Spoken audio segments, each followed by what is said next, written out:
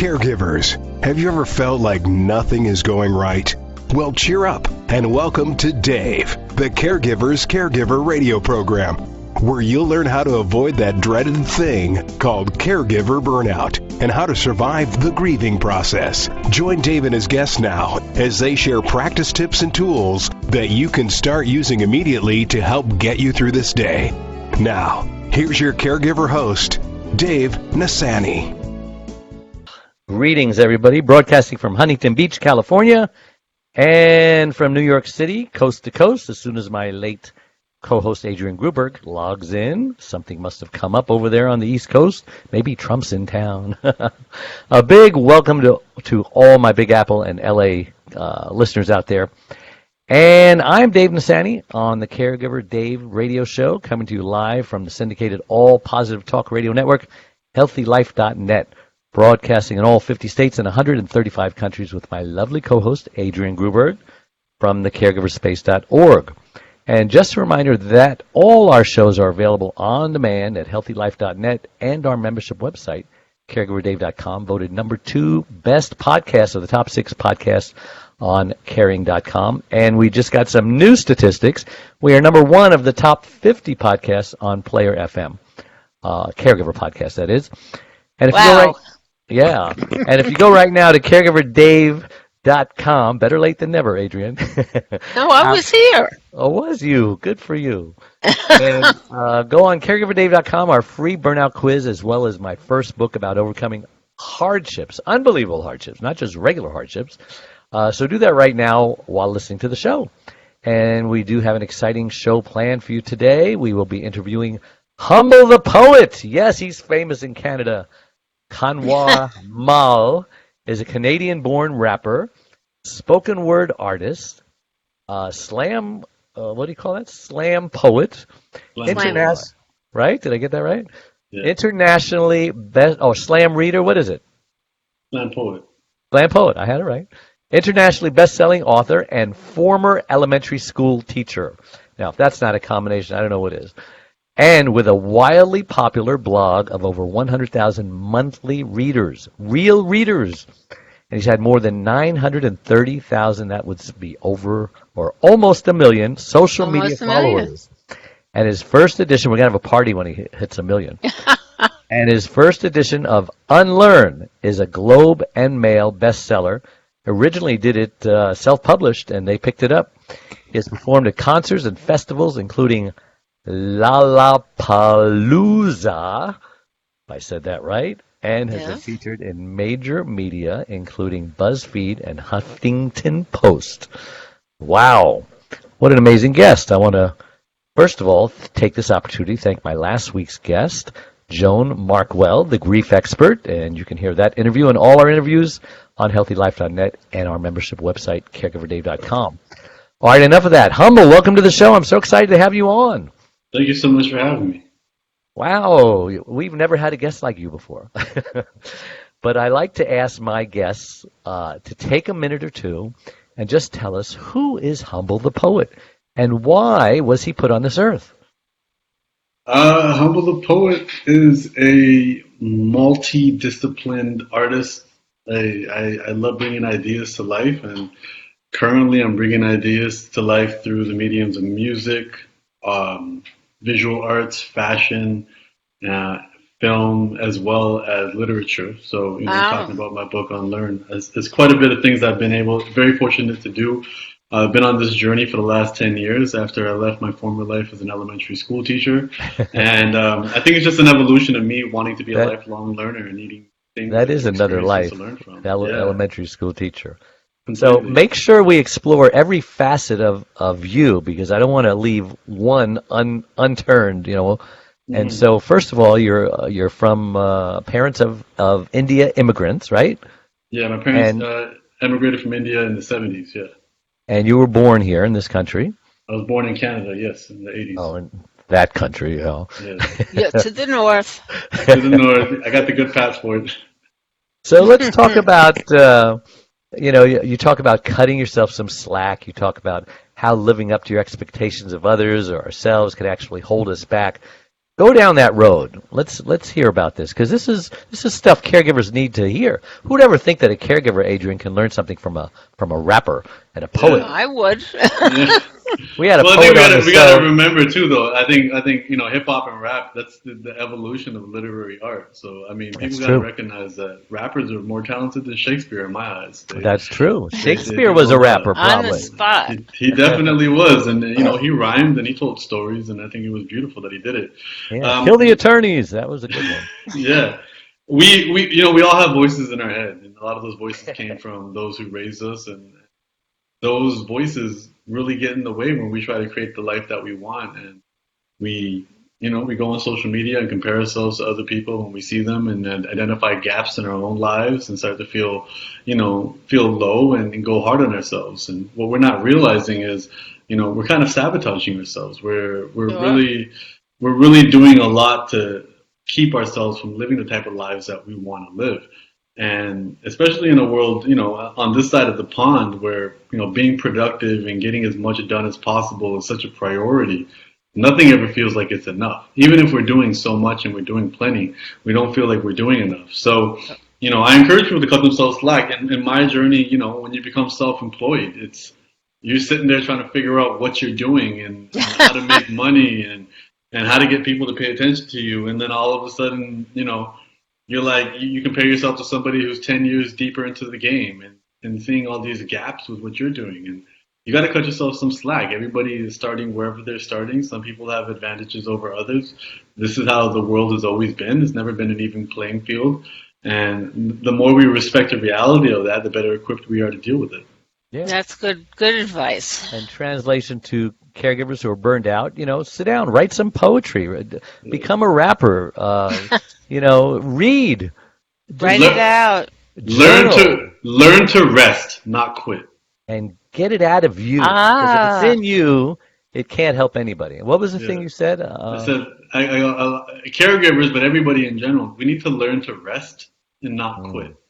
Sometimes we go too heavy and then we burn out.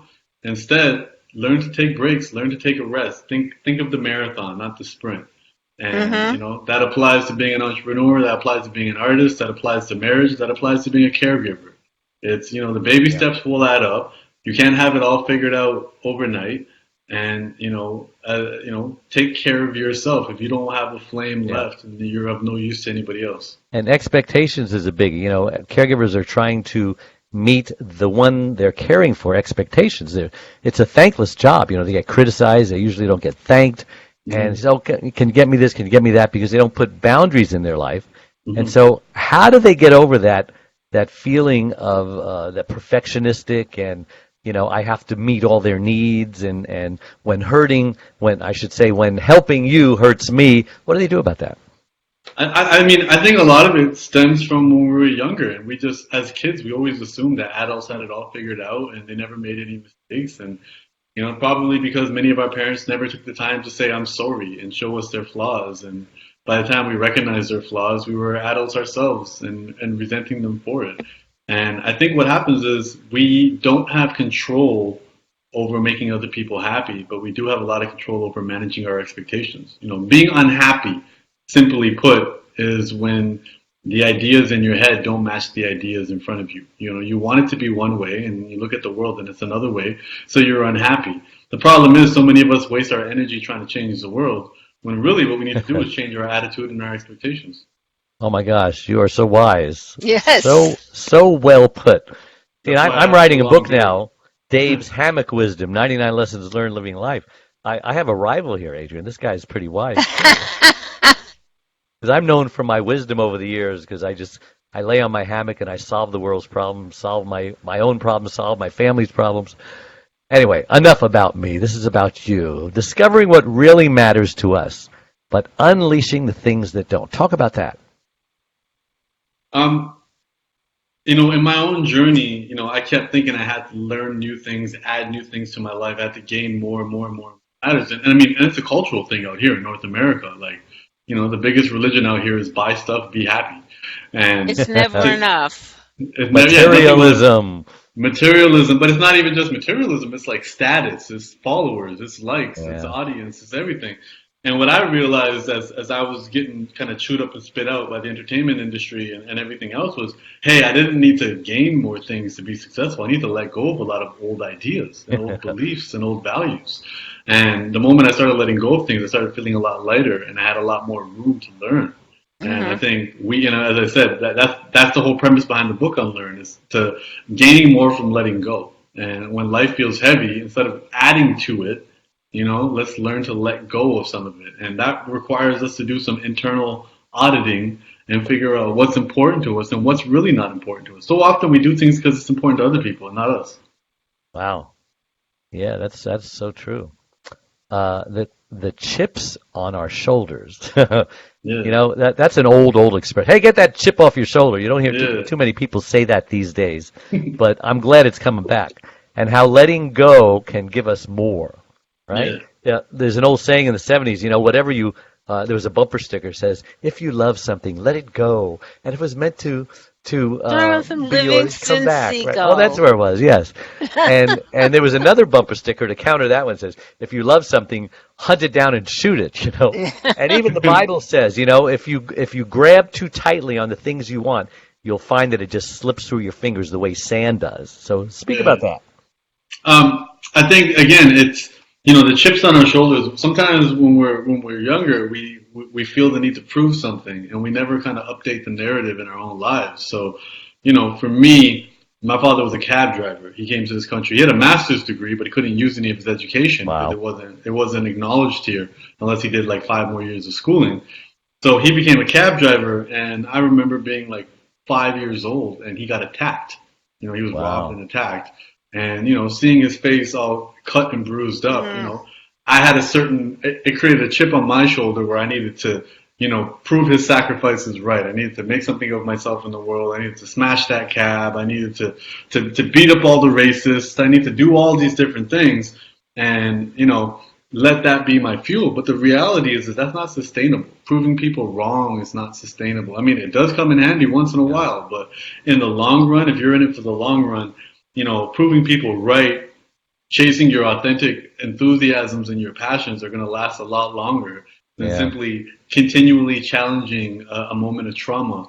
And often the chips on our shoulders come from that. It's I caught myself, again, being young, growing up in a country that I was born in, but everybody thinks I wasn't born here. You deal with a lot of racism. And then you want to find a situation where you're like, hey, how do I get that validation now? Oh, look, I'm getting more popular. Maybe I should start modeling. Maybe I should see how many girls I can get. And realizing that I'm not doing any of this to better my life. I'm just doing this to make up for a past that no longer exists anyways. And, helping people. Up. Yeah, filling yourself up with stuff that you never needed in the first place, just because you had an unhealthy childhood that just needed to get revisited, and that was the big thing for me. So, realizing that, where do the chips on our shoulders come from? And let's not devote the rest of our lives to living in the past or making up for a past, because that past isn't here anymore. Wow. So finding purpose through serving and building a community.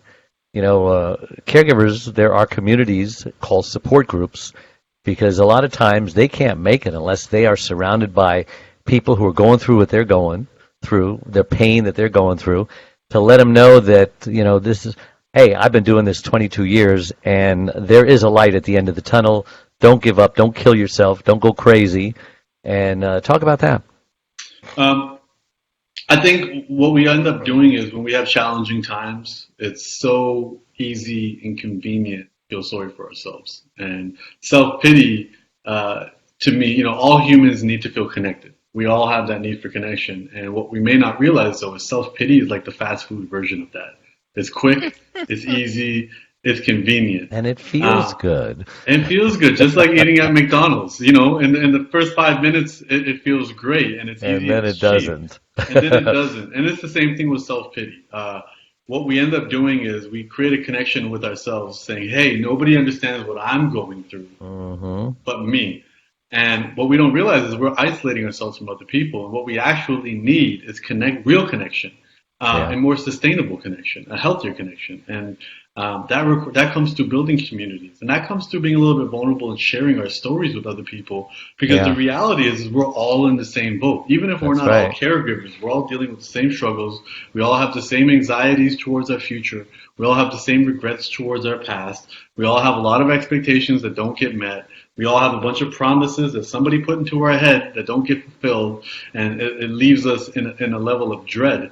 And I think when we start sharing this with each other, we're like, whoa, I'm not the only one. And we can build a community and share best practices, whether it's in the caregiver community, whether it's in, just your local community. We all have so much in common, and all we have to do is open ourselves up. And it just takes us to take that first step to share. Yep. Wow. This is amazing, Adrian. Yep. After the break, we're going to have him share some of his poetry with us. Ooh, see? We got five more minutes to the break, just to warn you, it's coming. So, Humble the Poet's Journey, right? A child of immigrants becoming an artist and his experience entering the realm of Hollywood. Tell us about Hollywood. That's got to be an education, huh? Yeah, so I started when I was in Toronto. When I started in Toronto, I was just putting music up on YouTube and releasing one song every couple of months. And I was working as a teacher, and everything was fine and dandy. And it was just a great way to scratch an artistic itch. Great way to meet the ladies. Great way to be able to crash a party, and people knew who I was. And it was simple, and my ambitions were small. And then slowly, as opportunities came my way. Somebody would be like, "Hey, we'll fly you out to Fresno, California, and perform," or "Hey, come to this festival." And slowly, just different opportunities came. I had to kind of look at it from a more of a serious lens. And I had a community in Toronto of different artists, and another friend of mine. They were taking comedy very serious at the time, so we would start going out to LA.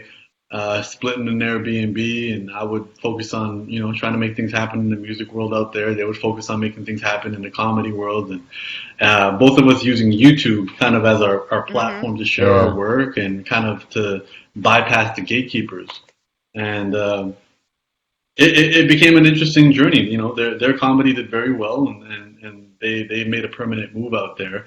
And I think through that process, I kind of realized that city was definitely not for me. The city, it's a great place. It definitely teaches every artist how to mix commerce and creativity and find the different options and the different ways to make a living. But I also felt like, it'd be better for me to learn that stuff and bring it home because, I'm from one of the most multicultural and amazing cities to have ever existed in humanity, and it's having its own moment for the last 10 years in the creative world. I mean, the Raptors just won the championship, the city's becoming world class.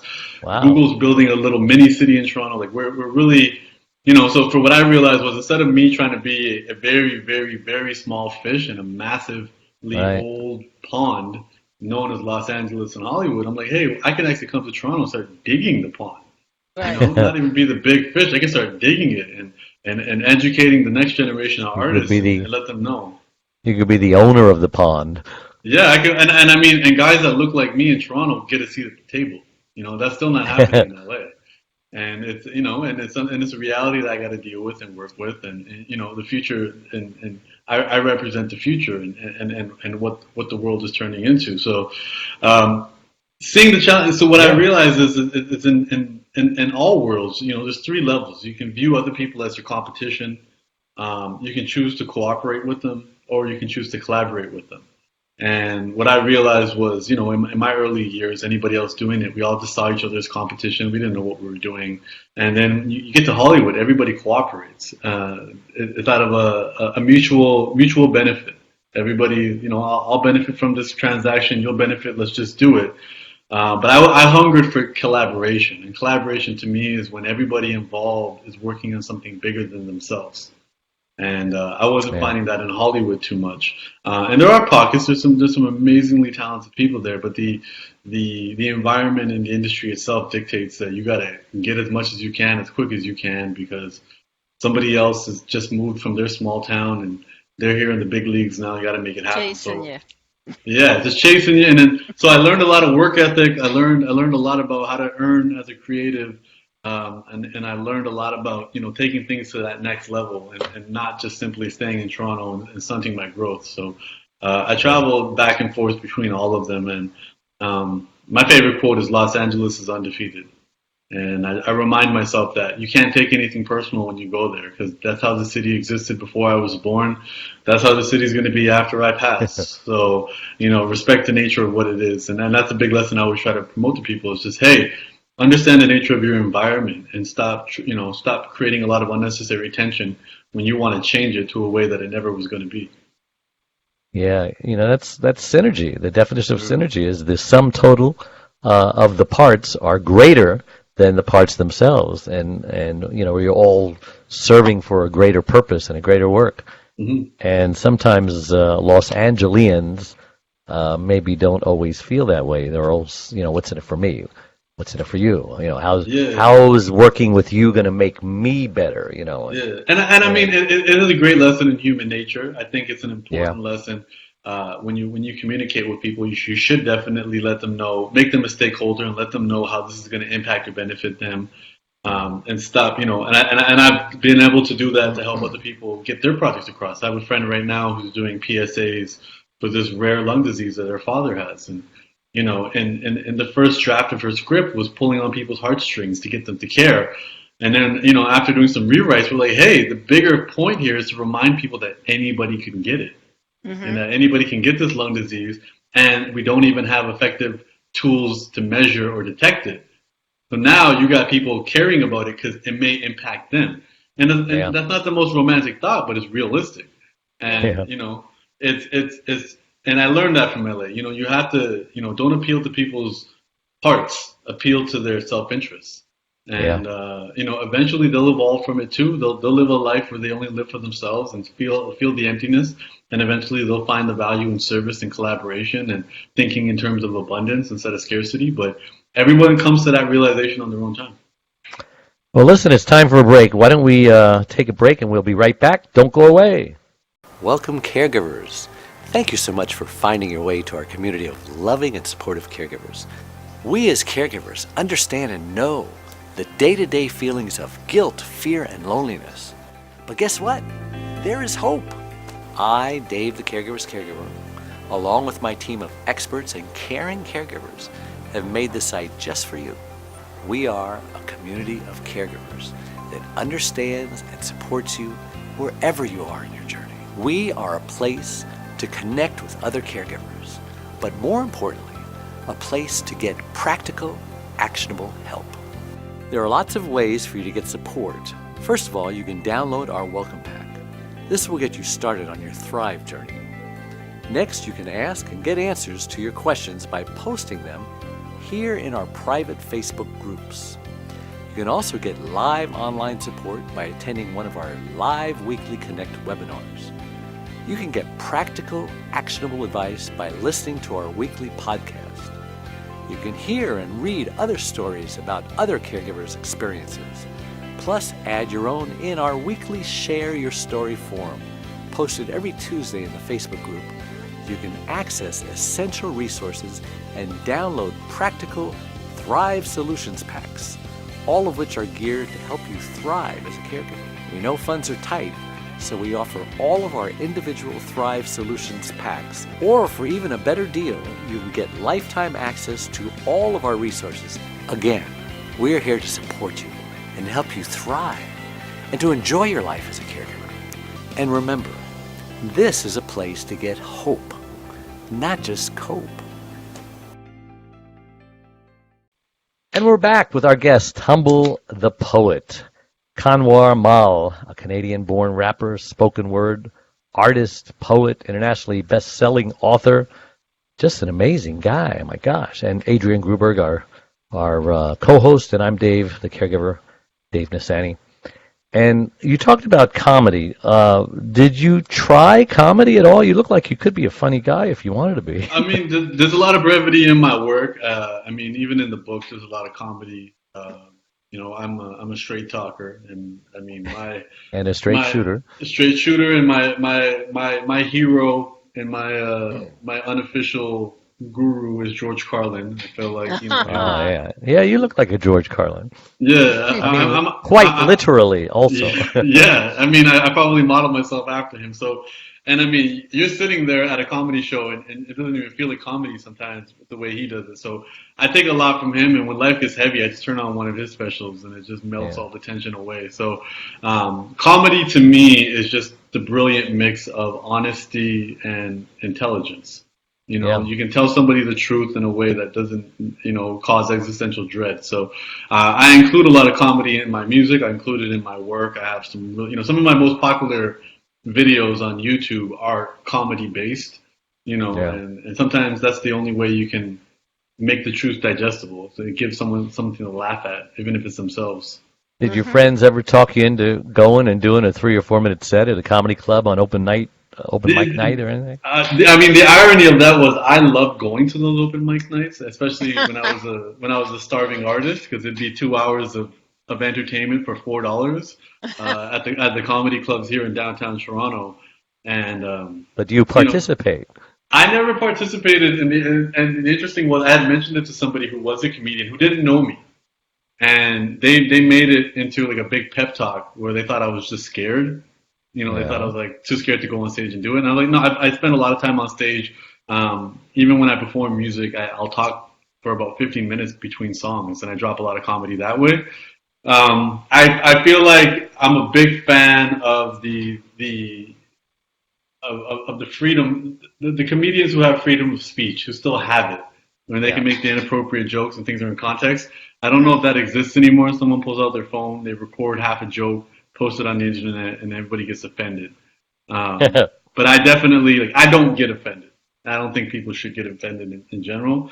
So you can tell the type of comedy that I love because of that. Yeah. But maybe one day. But I incorporate a lot of comedy into my work, so I think it's already there. And I mean, I'm also. Well, it's an amazing experience. I mean, I did it for the first time in my life. I've been wanting to do it for like 20 years, but for whatever reason, I never did. But I had an opportunity at the Harvard Club of New York, just off Broadway. So I told everybody I'm having my comedy set debut off Broadway at the Harvard Club of New York, and I did 4 minutes, and they laughed. But you gotta just keep working on the material. Got to keep working on the material. It's all about the material. Well, my buddy James Altiger, he owns Stand Up New York. Oh, really? In Manhattan, so on like 76th. And hey, we'll get together. Yep. Yeah, he's offered me use of his club for anything that I want to use it for. Oh, that's great. Yeah, and he's Good club. It's a great club, yeah. So Adrian knows all those places. Yeah. So I feel like Carolyn's too.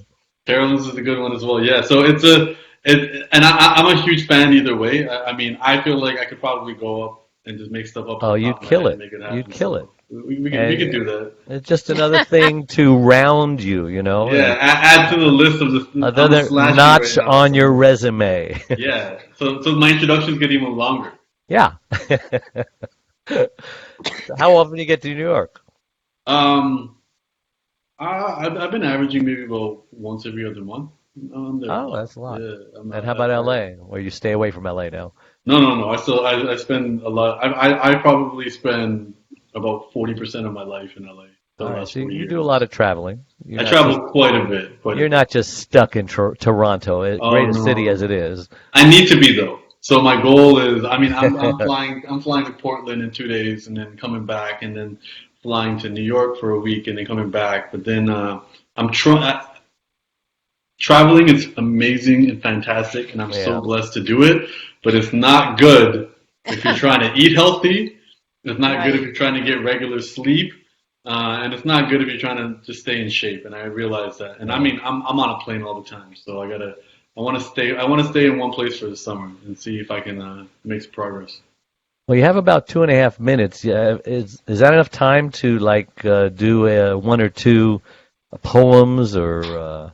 What I'll do is I have this one poem that I actually wrote about my dad and his whole story about being the cabbie, and I call it Life of an Immigrant, and it's kind of in his honor, and it's a funny one because he had no reaction when I performed it for him. But that's him. He's in that space. He's a comedian too. He's a comedian in his own right. He's a great guy. Straight man. Straight, very straight. So I'll perform that, and then it's definitely not comedy, but I'll perform it and get an idea and a flavor of what spoken word poetry can be, and we'll take it from there. So they told him the grass was greener, with an endless flood of possibilities. Katrina, watch him drown in debt. Land confiscated by the local government, so he flies high in a jet plane. Plain clothes just exposed him to the harsh winters of life, and his wife won't know about the sweat soaked in the bankroll. Sent home, boy getting grown, he starts to groan. Stomach's rumbling. Hungry for a better life, now he's stumbling over foreign phonetics in those verb tenses. They laughing at his accent. It's not an accident, though, that his master's in economics is an honor. Most economic for a father to hop his ass in a cab and never bother getting out. That car or his dreams. Memorize the route and collect the fare. It isn't fair when they say you don't belong here with that long beard and that towel around your head. Hear what was said. Soak in the hate. Can you relate? Life of an immigrant. Wow. That was very moving. Thank you. You got another one? I don't think I have anything else with nice language. It might be a little bit longer, so I'm going to leave it at that. I thought you weren't a gangster rapper. You know what? I'm not a gangster rapper, but when you do get passionate about things, the bad language comes out. Yeah, still get riled up. So I've talked about, We're rated G here. Yeah, exactly. So I don't have anything else that's language friendly. All right, well, let's take a break. Don't go away. We'll be right back. Dave Nassani, the Caregiver's Caregiver, has just released his 6th book entitled It's My Life Too. Reclaim your caregiver sanity by learning when to say yes and when to say no. It was specifically written for caregivers who know they should be putting their needs first, but just don't know how. Dave is the sole caregiver to his wife, Charlene, since 1996. He knows firsthand what caregivers are going through, because he is one. And he now speaks all across the country, offering caregivers his incredible caregiver support package. Even the airlines tell us that in the event of an emergency, to put your oxygen mask on first, before you help your child with their mask. They know that those who don't heed their advice often black out, thus becoming unable to help either themselves or their child. And caregivers are exactly the same way. It's My Life Too. Reclaim your caregiver sanity by learning when to say yes and when to say no. Will help caregivers who are neglecting their sleep, diet, and social life, and learn to put their needs first. Pick up your copy today, or buy one for your special caregiver. On sale everywhere, and at caregiverscaregiver.com. And we're back with Kanwer Mahl, the poet, and Adrian Gruberg. And I'm Dave Nassani, and we're talking about your book. Let's talk about your book, Unlearn. Why did you write it? What's it about, and what do you hope to accomplish with it? When I was at the most challenging parts of my life, and I had left my job to become a full-time musician. I thought I had a record deal. I thought I was working with some really above-board people, and it all came crashing down. And what ended up happening was, while I thought I had money coming in through this record deal, I started, I left my job. I was living off a credit card, living off lines of credit. I just put myself in a bunch of debt. And then it all just went away. Everybody that I was working with disappeared, and I guess the right word would be bamboozled. But it wasn't some big Ponzi scheme. It was just people trying to make things happen. They couldn't make it happen. Instead of having a conversation, they just disappeared. Profiting off of your dreams. Exactly. I think they recognized the talent, but they didn't have the means to. Common story. And now looking back, it's probably an essential thing that I went through. And I found myself feeling sorry for myself. I laid in bed and I started taking, all the wrong types of medications to make myself feel better. I was blaming everybody except myself. I was blaming friends for not warning me. I was blaming the people who I felt betrayed me. I was blaming life. I was blaming everybody. And I was hoping, I was in $80,000 debt. And I was hoping somebody was going to, and I had no job. I had no way of earning an income. And I thought, someone's going to come in and just, a white knight's going to save the day. And, after 2 weeks of laying in bed and doing absolutely nothing, the white knight never arrived. The cavalry never came. And I had to get up and I had to take ownership. And when I took ownership, that's when things started to change. I started taking responsibility. And I recognized that, hey, my problems may not all be my fault, but my problems are all my responsibility. I might not be the reason I'm here, but I'm here now and I got to deal with it. And it's nobody else's problem. Everybody has their own stuff they got to deal with. And I spent the next 4 years clawing my way out of debt, clawing my way out of the depression and the hole I felt and the blame that I put on everybody else and the resentment that I held.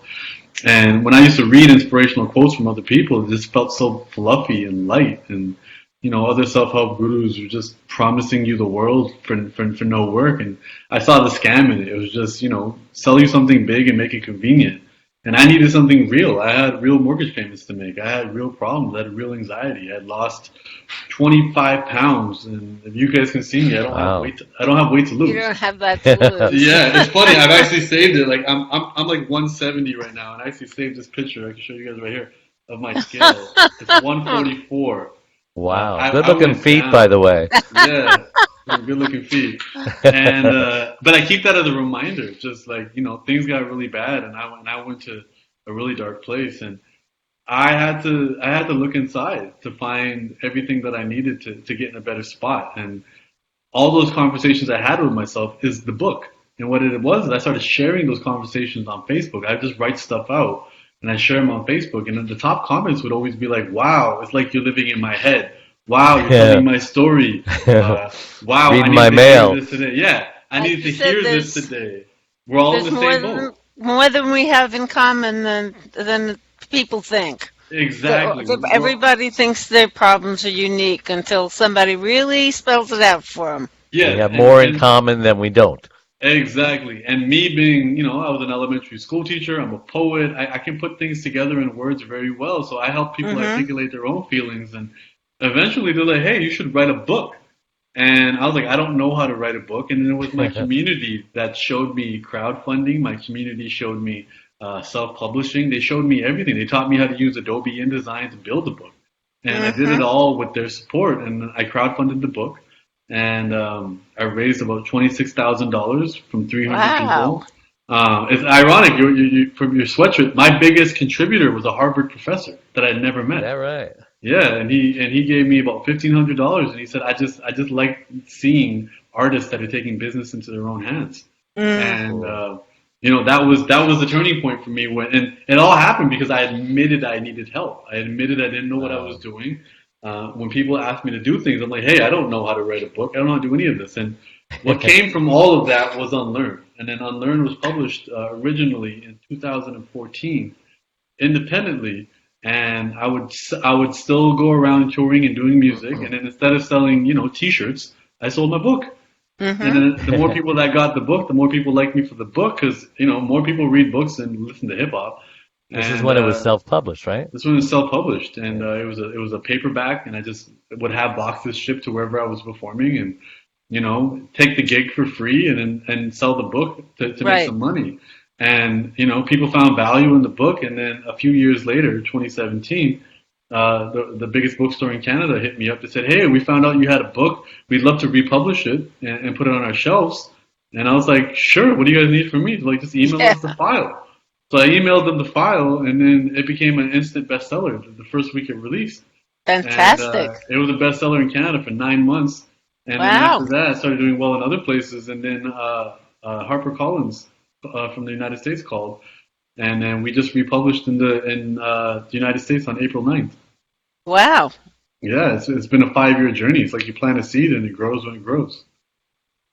That's amazing. I'm wearing this because I'm going to speak at the Harvard Club of Boston in 2 more days. Oh, nice. Yeah, I'm actually a USC graduate. Okay. But that's the way that goes.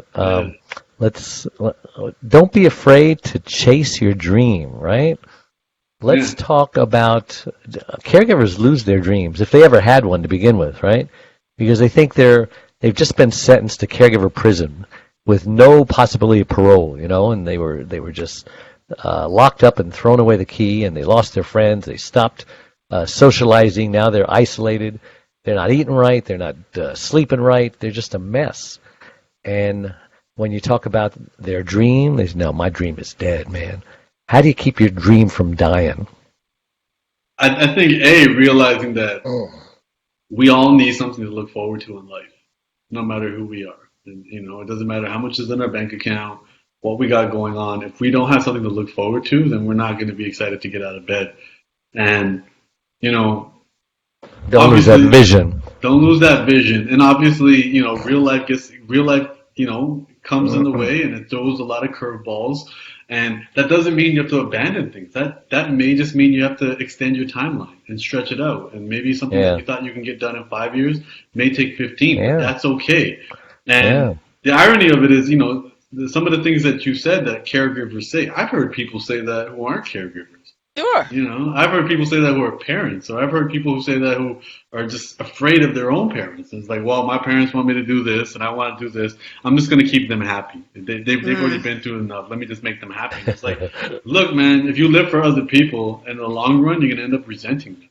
Right. And They you think gotta it's have- an easier path, but Yeah, it's and not. it's definitely not. And I think we'll be more energized when we feed our souls first. And again, it's the age-old analogy of, you know, put your mask on first in the airplane so you can be of use to somebody else. It's fill up your cup first so you can share the overflow. But it's the simple idea that, hey, you might find some significance in being a martyr, but that's not sustainable.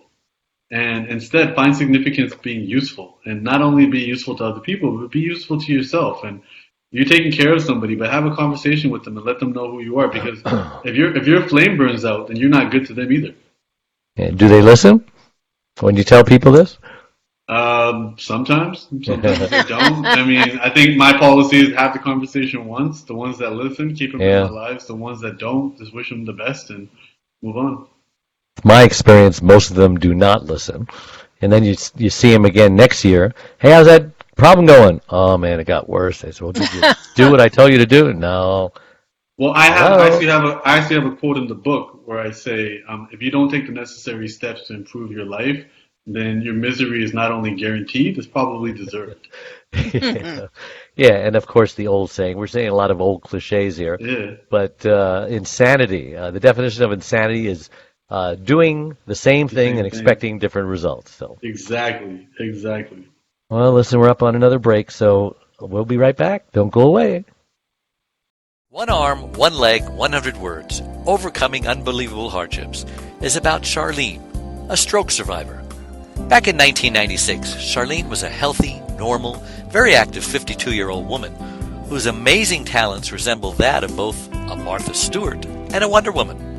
But all that changed when she suffered a massive stroke that left her severely speech impaired and paralyzed on the right side. Everyone who knows Charlene is thoroughly amazed at how she lives day by day, month by month, year by year, and with a smile on her face and hope in her heart that everything is going to be okay. Just hear what best-selling author Lynn Barrington has to say about it. If you think you have it bad, read this book. This is a beautiful, genuine story told from the heart. It's inspiring and easy to read. When you finish this book, you'll be able to look at your concerns in a new light. One Arm, One Leg, 100 Words, Overcoming Unbelievable Hardships. Available everywhere. And we're back with Kanwer Mahl, an amazing poet, amazing rapper, amazing reader, slam reader. I got these Slam terms. poet. Slam poet. Okay.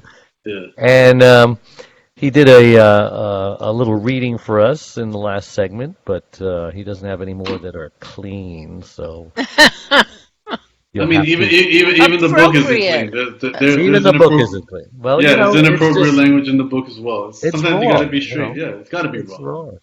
Sometimes you know, you need a little profanity to slap you in the face to get your attention. You know. Exactly. I'm not in the business of sugarcoating.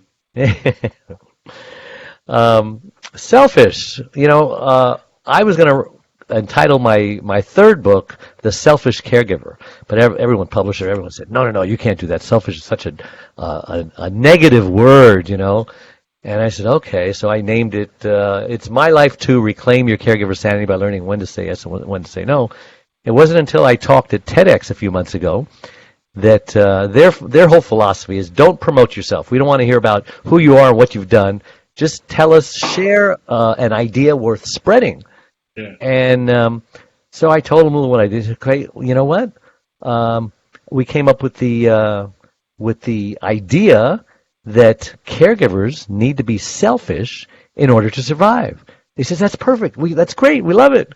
Everyone else hated it, but they loved it, so we went with it. And, that's how I feel, because caregivers are so selfless, the opposite of selfish, that they need to bring that pendulum back more than halfway just to get some balance.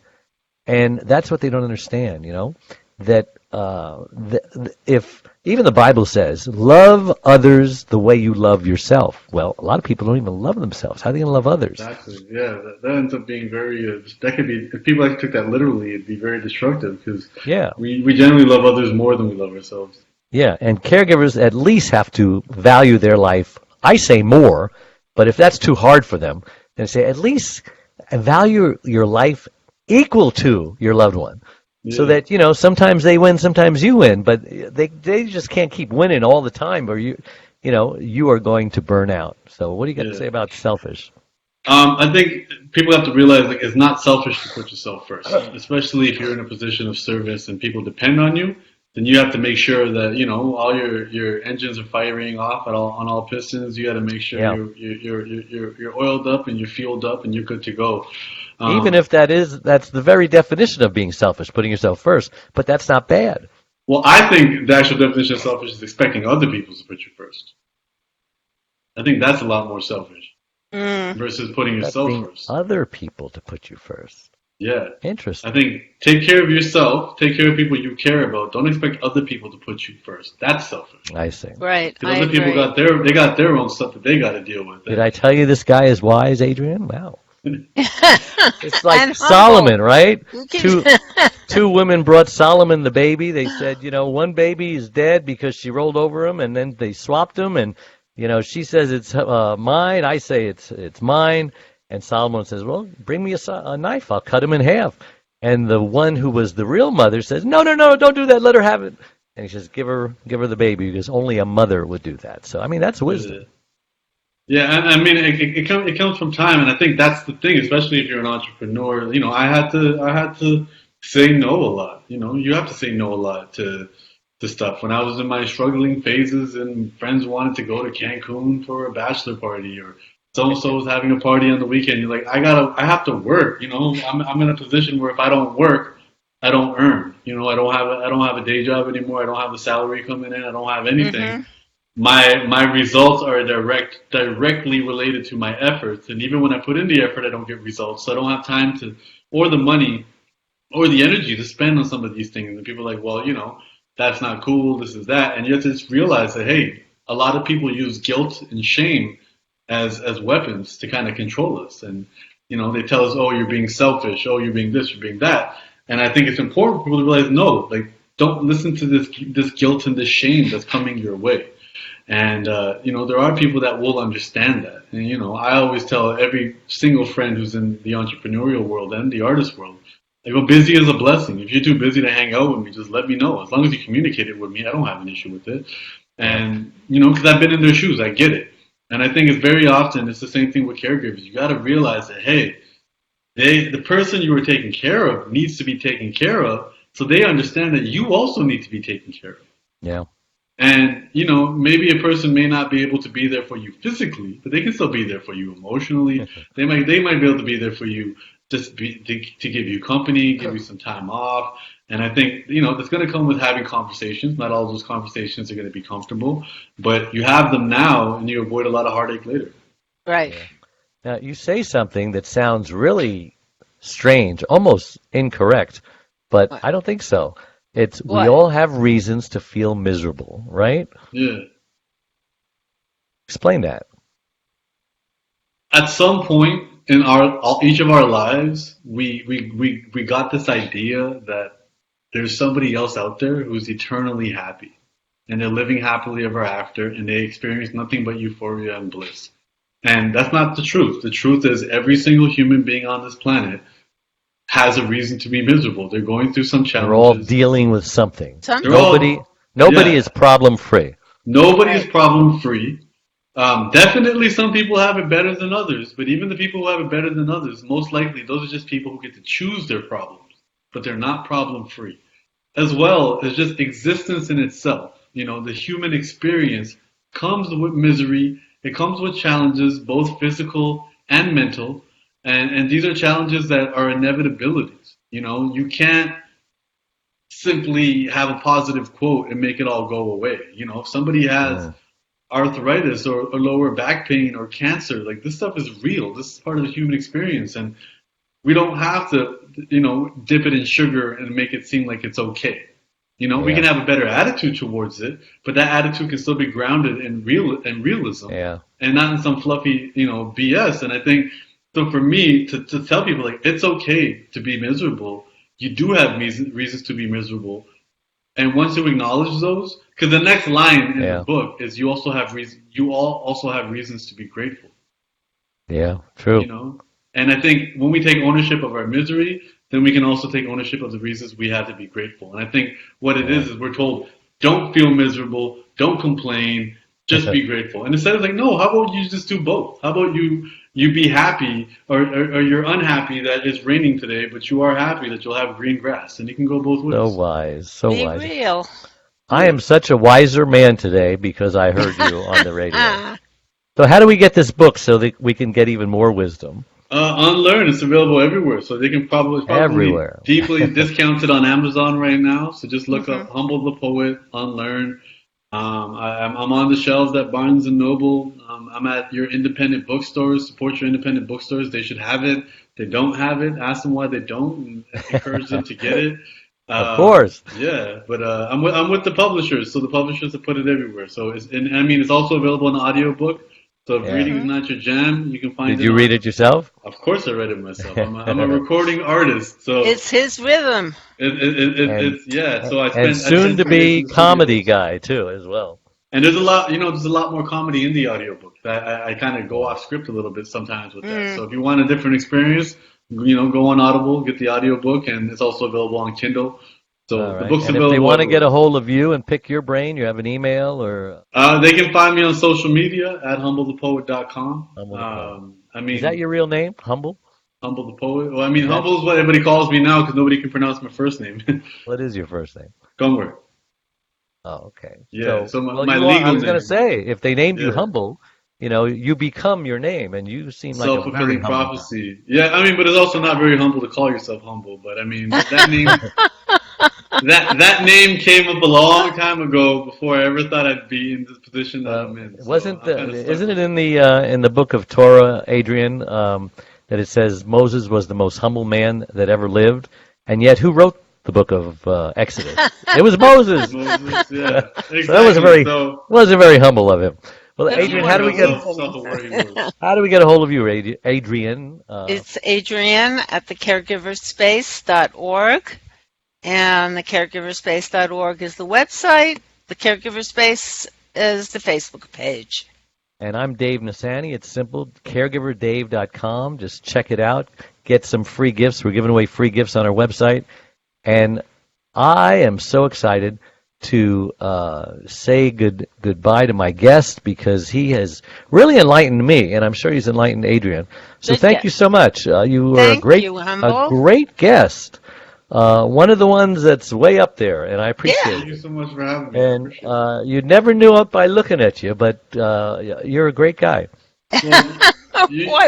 Backhanded compliment, right? Why would you know that by looking at him? I feel like my beard is long enough. He looks so unusual, Here's a guy. No, what happens on the screen is your black top and your beard all come together, and all I can see are your front teeth. If you could just... we're both beard guys, Right, that's... So God bless you, and thank you so much for tuning in, and we will see you all next time. Bye-bye. Bye.